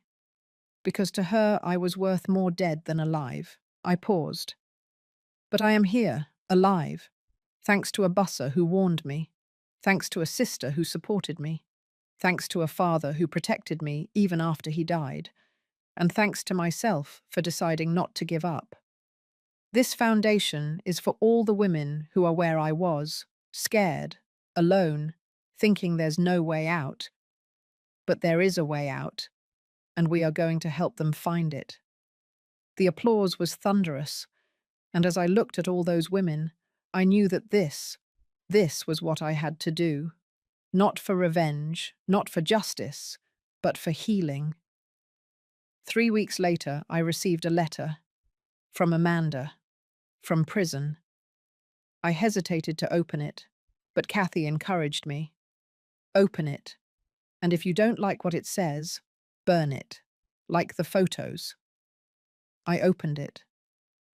Patty, I've had a lot of time to think in here. Too much time. And I understood something. I never valued you. I never saw you. I only saw the money, the business, what I could get. But you were more than that. You were my partner, my support, my everything. And I lost it. I'm not asking for forgiveness, because I know I don't deserve it. I only ask you one thing, that you keep going, that you don't let what I did destroy you, because you are worth more than everything I tried to take from you. You always were. Amanda. I read the letter. I put it in a drawer, and I didn't burn it, not because I forgave her, but because I no longer needed to destroy anything else. I had destroyed enough. Now it was time to build. One afternoon, while I was working at the foundation, a woman arrived, young, maybe 30 years old, with a small child in her hand. Mrs. Donovan? Yes, tell me. I saw your interview on television, and I need help. Tell me. My husband hits me, for 2 years now, and I don't know how to leave. I don't have money. I don't have family here, and I'm afraid that if I leave, he'll find me. I looked at her, and I saw my own reflection. You're going to be okay, I told her, taking her hand. You're safe here, and we're going to help you. I promise you. She started crying. Thank you, thank you. Don't thank me, thank yourself. Because you came. You took the step. And that is the hardest thing. That night I sat in my garden under the stars, and I thought about everything that had happened. About Amanda, about the betrayal, about the fear. But I also thought about what I gained, my freedom, my strength, my purpose. Because now I knew something I didn't know before. That pain can become wisdom, that betrayal can become liberation, and that wounds, when they heal well, turn into scars that remind us. I survived, and I can survive anything. The trial arrived, 2 months after the preliminary hearing. 2 months in which Amanda remained in pre-trial detention. 2 months in which I rebuilt my life. The morning of the trial dawned grey. Heavy clouds covered the city, as if the sky knew what was coming. I dressed in white, an elegant, impeccable white business suit. Kathy looked at me strangely. White? I thought you'd wear black. Black is for mourning, I replied, and I'm no longer mourning. I'm being reborn. My sister smiled. Then white is perfect. We arrived at the courthouse early. This time the press was even more numerous. The case had garnered national attention. The businesswoman who wanted to murder her mother-in-law for $2 million. Betrayal, money, and an attempted murder. The Carter case. The woman who survived the perfect plan. The headlines were like daggers, but they no longer hurt me, because I knew the truth, and the truth always comes out in the end. We entered the courtroom. Mr. Ochoa was already there, with his folders, his documents, his evidence. "Ready?" he asked me. "Ready. Remember, you don't have to speak if you don't want to. I'll handle everything." "I know, but I want to speak." "Are you sure?" "Completely, because there was something I needed to say, something Amanda needed to hear. Not for her, but for me." The doors opened, and she entered. Amanda, escorted by 2 officers in a wrinkled grey suit, several days' growth of beard, her hair dishevelled. She looked destroyed. Our eyes met, and this time I didn't look away. I held it, firm, serene. And she? She was the first to look down. The judge entered. We all stood up. "You may be seated. We will begin." The prosecutor presented the case.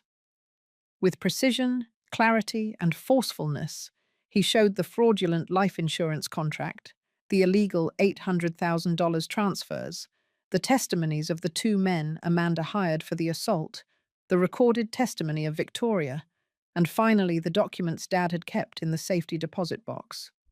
Evidence of previous fraud, of murky dealings, of a decade of lies. Amanda's lawyer tried to defend her. "Your Honor, my client made mistakes, serious mistakes, but she is not a murderer.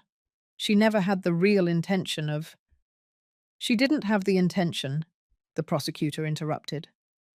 "Hiring 2 armed men to shoot your mother-in-law in the middle of a simulated robbery is not intention. She was desperate. Financial pressure. Financial pressure does not justify murder, counselor, and you know it." The lawyer sat down, defeated. Then the judge looked at me. "Mrs. Donovan, would you like to make a statement?" I stood up. My legs were trembling, but my voice was firm. "Yes, Your Honor." I walked to the stand. I placed my hand on the Bible. I swore to tell the truth. And I began. "My name is Patricia Donovan. I am 55 years old, and I was married to the Carter family for 30 years. I looked toward her. During those 30 years, I believed we were building a life together. I believed we were a team. I believed the love we felt was real."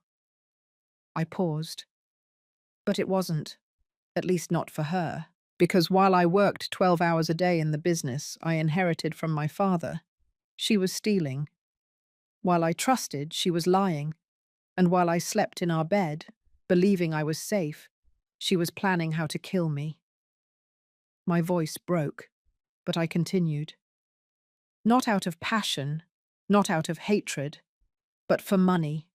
$2 million. That was the price of my life to her. And the worst part is that it almost worked. Because I trusted. Because when she called me for that reconciliation dinner, a part of me still wanted to believe that the woman I loved was there, that she would return. But she didn't return, because she never left, because that good person never existed. I looked at the judge. "I am here today, Your Honor, not just to ask for justice, but to tell all the women who are listening. If something in your relationship makes you feel fear, leave. Don't wait. Don't justify. Don't convince yourself that it will change.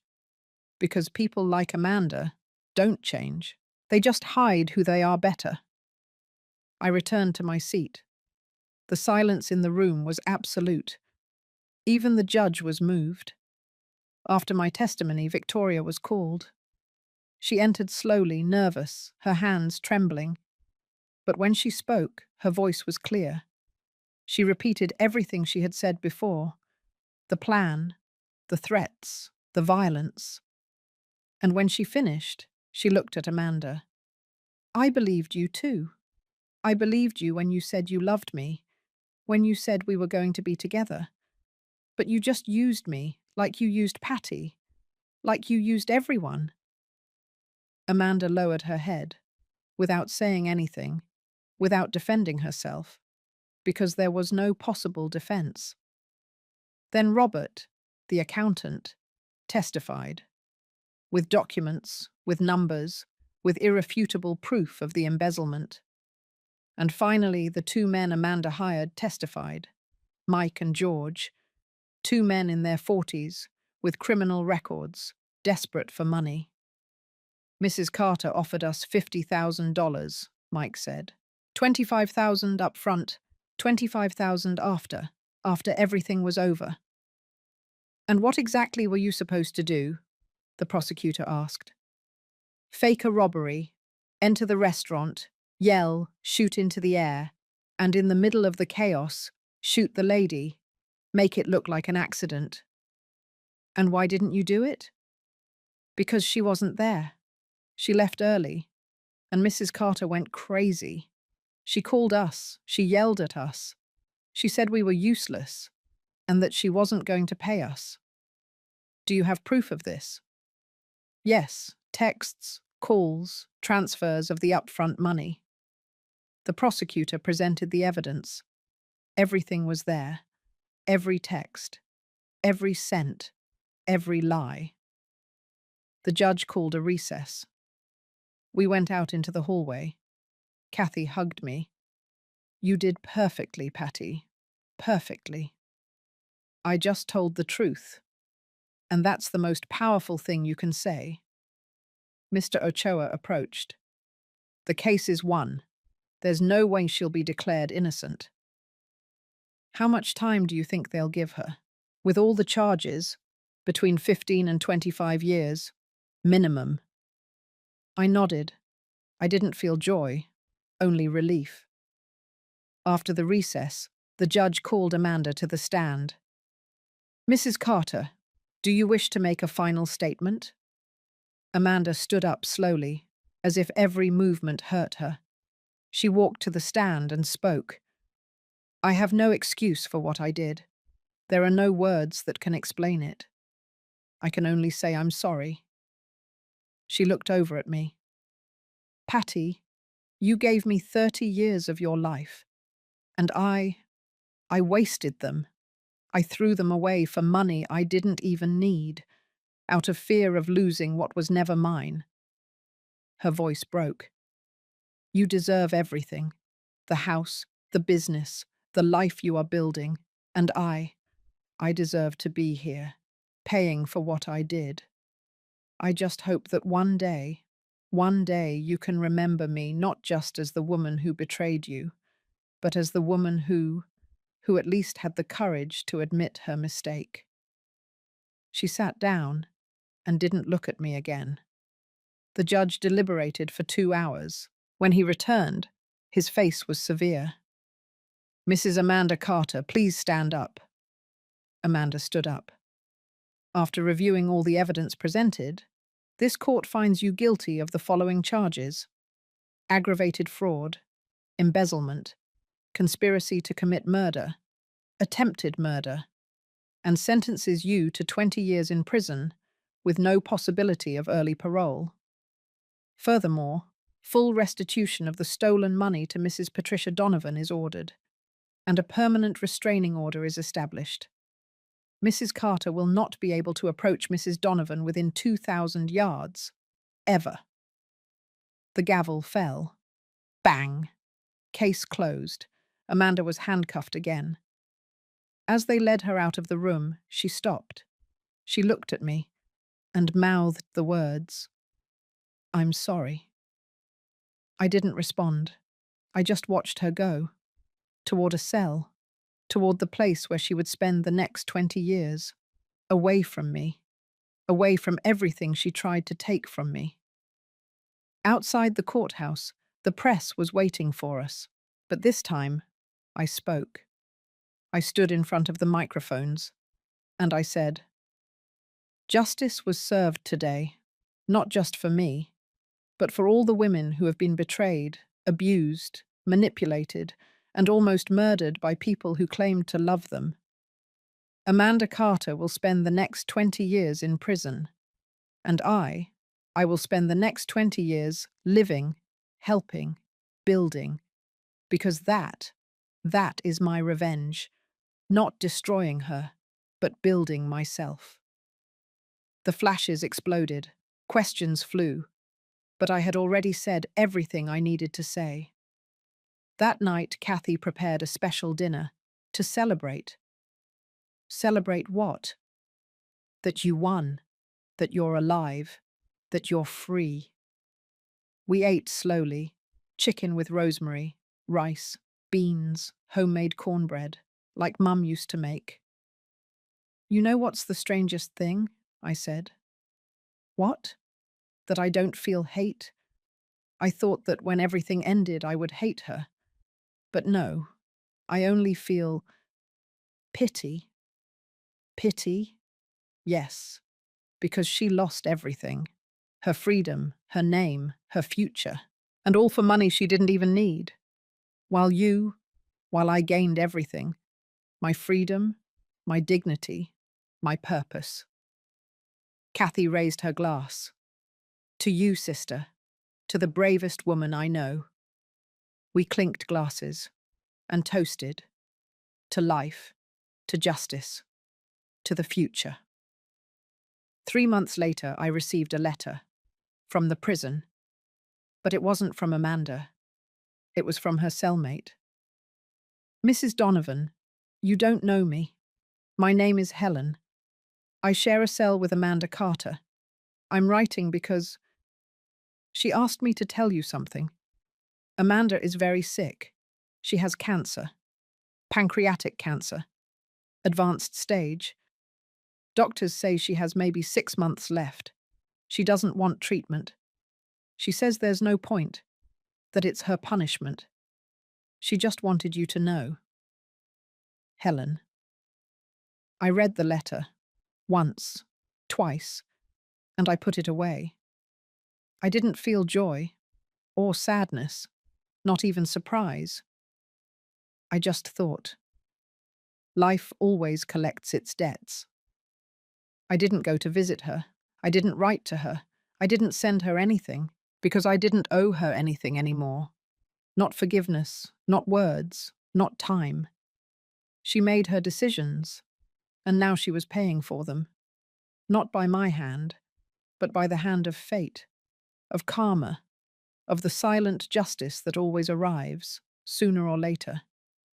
6 months later, I received another letter. From the prison, Mrs. Donovan. "We inform you that inmate Amanda Carter passed away today. At 3:47 in the morning. She left no will. She left no instructions. She only left a note, with your name on it. We enclose the note. Prison administration." I opened the note, written in Amanda's trembling handwriting. "Patty, I died alone, as I deserved. Thank you for teaching me that money was never worth anything. A." I folded the note. I put it in the same drawer where I kept the previous one, and I closed the drawer. Forever. I didn't go to her funeral. Kathy asked me if I wanted to go. "No," I replied. "That woman is no longer part of my life, neither alive nor dead." "Are you sure?" "Completely, because I had already closed that chapter. I had already cried what I had to cry.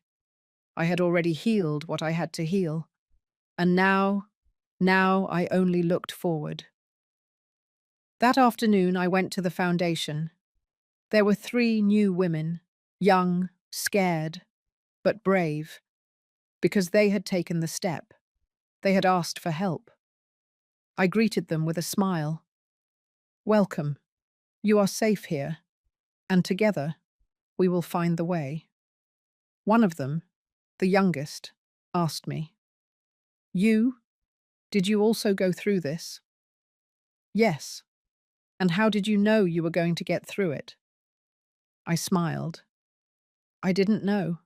I just took one step, and then another, and another, until one day I looked back and saw everything I had walked. And it doesn't hurt anymore? Sometimes it does, but the pain no longer controls me. Now I control it." She nodded, and I saw hope in her eyes, the same hope that I had found. 3 years have passed since that night at the restaurant. 3 years since a busser put money in my hand and told me, "Get a cab and run now." 3 years since my life changed forever. Today is Sunday. I wake up early, as always. I make coffee. The aroma fills the kitchen, that smell of a new morning that never stops comforting me. I go out to the garden. The azaleas are bigger than ever, bright pink under the morning sun. I sit on the same bench where Amanda and I used to drink coffee. But now it's only mine, and that doesn't hurt me. On the contrary, it fills me with peace. The company is better than ever. We recovered all the money Amanda stole and more. Last year we opened a new branch in Phoenix. This year we plan another in Atlanta. Robert is still with me. He's now the chief financial officer. Sandy is no longer a receptionist. She's the administrative coordinator. And the team. The team grew from 23 to 52 people, all committed, all working for something bigger than a salary. Because now they know that this company has a soul, that it's not just money, it's a legacy. The One Step Forward Foundation also grew. We have 3 shelters now, one in New York City, another in Philadelphia, and the most recent one in Chicago. We have helped 237 women in 3 years, 237 women who left violent relationships, who took back their lives, who smiled again. Each one of them is my victory. Each one of them is proof that pain can be transformed into purpose. Monica, the busser, works with me now. She no longer serves tables. She is now the volunteer coordinator at the foundation. She studied psychology. She graduated last year. And every time a new woman arrives at the shelter, Monica greets her with the same gentleness with which she greeted me that night. "You are safe here," she tells her, "and you are going to get through this, I promise you." And those words save lives, like they saved mine. Victoria also found her way. After the trial, she disappeared for a while. But 6 months ago, she wrote to me, "Patty, I don't know if you want to hear from me, but I need to tell you something. I went back to school. I'm finishing my law degree. I want to help women like us, like you helped me. Thank you for not hating me. Thank you for seeing me for what I was. Another victim." V. I replied with a single word. "Victoria, everyone deserves a second chance. You are taking yours. And that's what matters.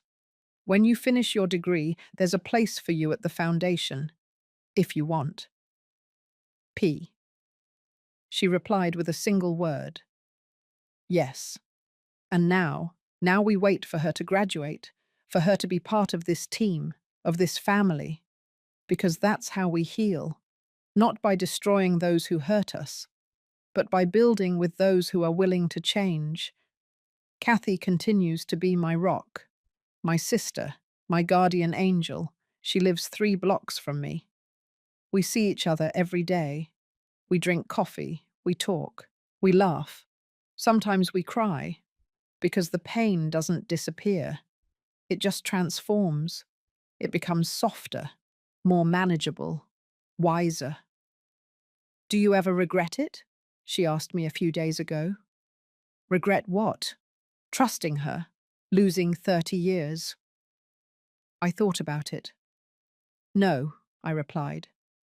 Because those 30 years taught me something important. What?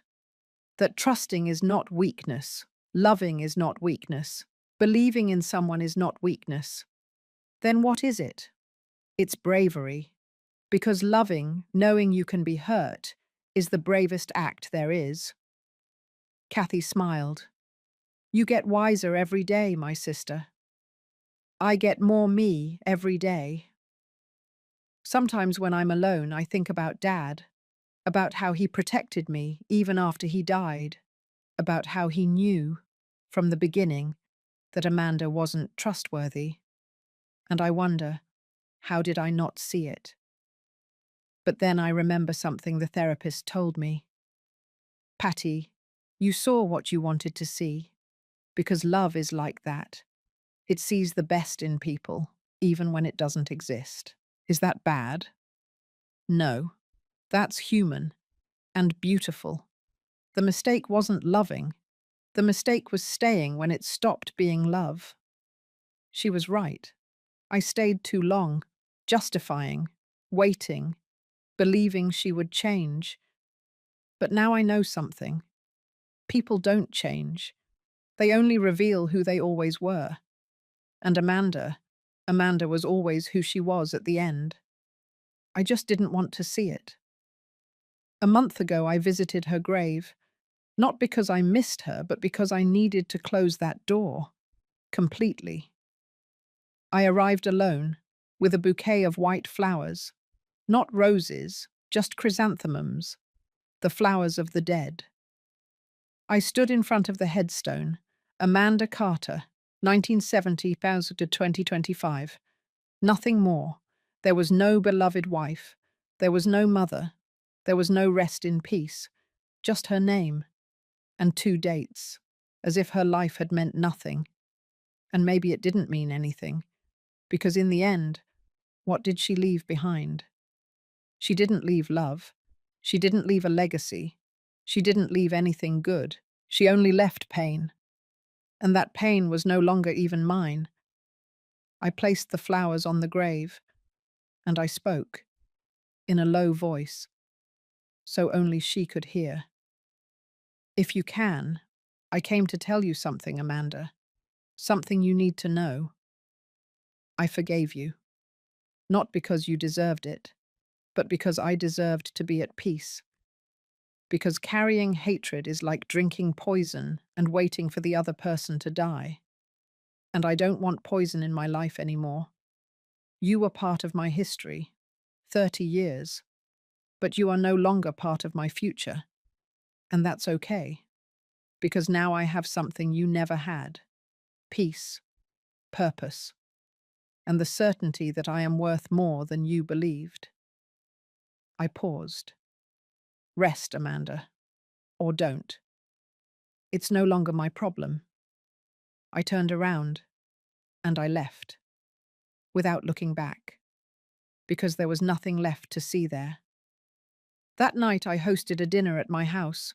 I invited the people who matter: Kathy, Monica, Robert, Mr. Ochoa, and 5 women from the foundation, women who, like me, survived. We cooked together, laughter, music, wine. And when we sat down at the table, I made a toast. To the women who are no longer here, the ones who didn't have the opportunity we had. To the ones who are still trapped, waiting for the courage to take the step. And to us, the ones who left, the ones who survived, the ones who decided to turn pain into power. Everyone raised their glasses. Cheers! And we toasted. To life, to freedom, to self-love.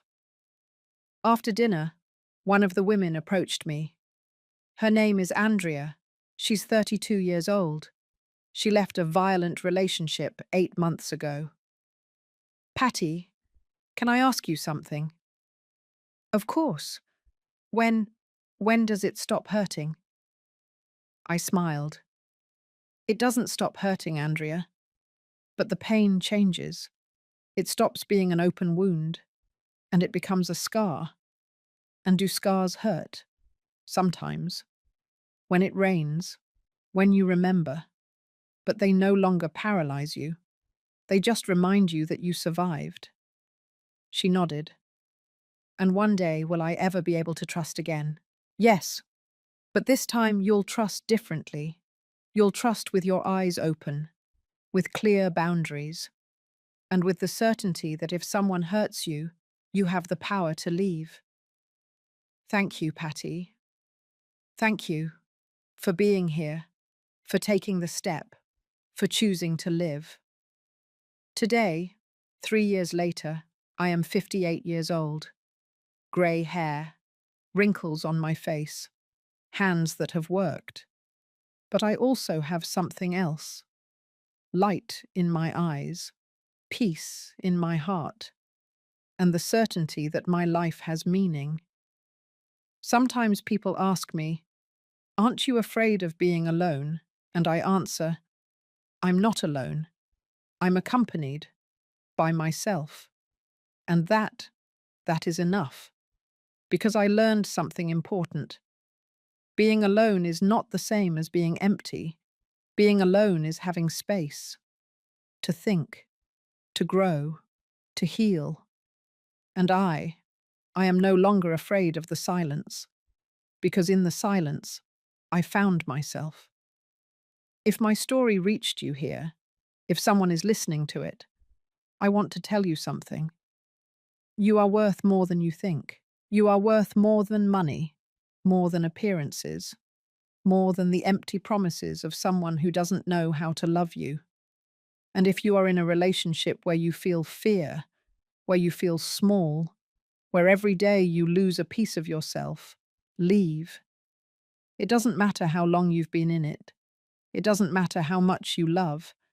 It doesn't matter how scared you are. Leave, because the life you deserve is on the other side of that door. And I'll be there, with open arms, ready to help you take that step. One step forward. Today is Sunday. The sun is shining, the azaleas are blooming, and I am alive, free, and at peace, and that is all I need. Thank you for listening to the end. If this story touched your heart, subscribe and hit the notification bell to hear more stories of women who transformed their pain into wisdom. Every day, one woman, one life lesson. Share this story with someone you love. Sometimes a story like this can change an entire day. God bless you, and until next time. The most important lesson I learned is that we are not defined by the roles others give us: wife, mother, daughter-in-law, or even victim. We are defined by the courage we summon when those roles are threatened. Amanda taught me that fear of loneliness can be a cage, leading us to accept toxicity and silence for the illusion of safety. But real safety isn't found in a person. It's found in the power of your own voice and the certainty of your self-worth. If something feels wrong, it is wrong. Don't wait for irrefutable proof to protect yourself. Sometimes a whisper from a stranger is the universe giving you a second chance. The truest act of love is self-preservation, and the greatest victory is transforming your deepest betrayal into your life's purpose, using your pain not to destroy the one who hurt you, but to build a haven for those who need to find their own path to freedom.